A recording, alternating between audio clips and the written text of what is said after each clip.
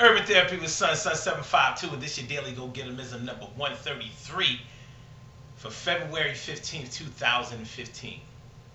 Yes, it's the day after Valentine's Day. Hope hope that everybody had a great Valentine's Day. And our daily Gogetemism Black History Month spotlight today is the black man. We did the black woman yesterday, and we already know that they're worthy of praise. Today we're going to do the black man. Not any particular black man, because just like the black women, we know that historically there have been millions of strong black women who have contributed to the success and to the continuation of our survival.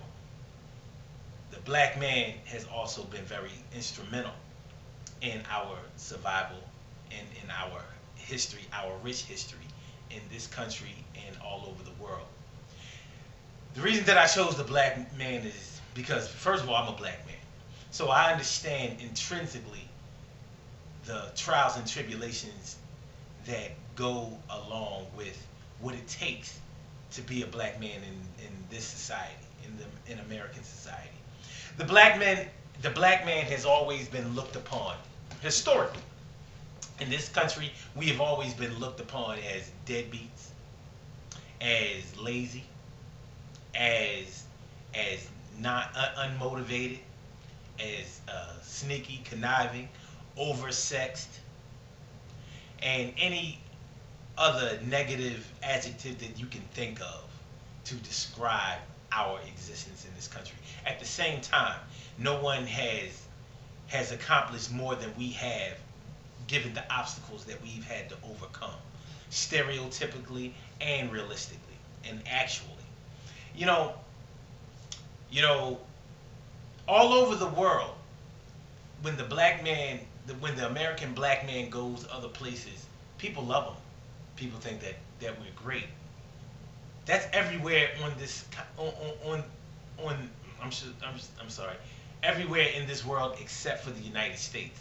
The United States is the only place where the black man doesn't know where he is. See, we don't have a sense of nationalism. We don't have a nation of our own. We are black Americans. We are African Americans. We are Negro, colored, whatever, you know. And this is the country that we built. So when you see a picture of a hanging slave with his genitals cut out and them being worn as souvenirs around the necks and in jars of the people who perpetrated such heinous acts against them for false reasons, you know, false accusations, such as you take Emmett Till, who did nothing but whistle at a white girl and speak to her kindly, and because of that he was beaten beyond recognition and killed while on vacation going down south to Mississippi from Detroit. He didn't even understand. So, you know, the black man has been cheated out of jobs, out of opportunities, out of the opportunity to be with his family and to raise his family, to make a decent wage. We've always had to be better than our white predecessors or our white co-workers, our white colleagues, in order to receive equal or less pay. And we've endured that. And whenever we speak out against it, we are basically seen as reverse racist, or being too, or not staying in our place, things like that. So for the black man going through so much, being misunderstood so much, and having to endure so much to the point where many of us have lost our minds, and the ones who haven't lost our minds are still just trying to hold on, and some of us are doing very well. Unfortunately, there are many of us who are doing well who have essentially forgotten where we've come from. But for the ones who have stayed the course and who have knowledge of self and who are working hard to make sure that we raise our babies and carry on to the next generation and study our history and be proud of ourselves and teach our babies to be proud of themselves and to continue on. Hats off to you, black man, American black man. Hats off to you. Also the Caribbean and South American black men. And Africans too, but you know who I'm talking about because nobody gets it as bad as we do. We live in the land of milk and honey, but we can't be successful. We haven't been able to figure it out. That's what they say about us. Is it true? Nah, it ain't true. Nonetheless, your daily Gogetemism for today is money and power. Money. Do you understand? Money and power. Do you understand where your power lies? Is all the power in the world really generated by money? We hear it all the time. People always say things like, money is power. Well, I mean, do we even realize what we're saying when we say that? Money does have power. Money has the power to buy things. And if people have the things that you want, then you can buy people to be able to give you goods and services. So in that regard, yes, it does have power. But money in and of itself doesn't really hold any power. I would think that the real power is the person that's holding the money and making the choices about where the money is going to be spent and how it's going to be distributed. There are other ways that you can use your power independent of money, and I don't think that people give that enough credit. There's power in love. If you have the power of love, if you have the power to make people love you, or you have the power to unite people together, that's probably a greater power than money can buy. Because money can't even do that. Money has often done nothing but separate people. But love brings people together, and I think that's pretty powerful. There's power in your thoughts. If you can think it, you can make it move. You can bring your thoughts to reality, and that's power. The people who are powerful enough to be able to do that are geniuses.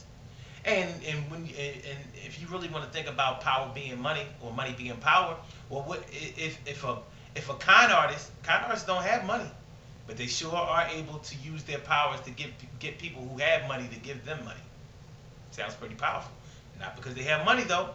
So I guess what I really want to get you thinking about today is everybody has power. This cat right here has power. She has power to keep mice away from my home. She has power to make me pet her during videos. And she's in a lot of these videos, over 20. So she uses her power in order to get the things that she wants and the things that she needs. Now you have to think about where your power lies. And how do you get the things that you need? Do you always have to pay for everything with money? Is that where your real power lies? Or do you have other ways of getting what you want and you use your powers that way? Think about that. And as you think about that, also think, how can you increase your power? How can you use the gifts that God has given you to be able to get more and more of what you want? And will you abuse that power? Because abuse of power is probably the worst thing that ever happens on earth. Anything that you abuse is going to be your downfall. Abuse is when you use something to the extent where you play it out, where you can't use it anymore because you have maxed it out. But if you use something sparingly, if you use it with moderation, then it can last a long time. So that's why drug use isn't so bad. Think about it. You could probably smoke crack one time a year. Would mean you're addicted and probably wouldn't hurt you that bad. But who does that? Nobody.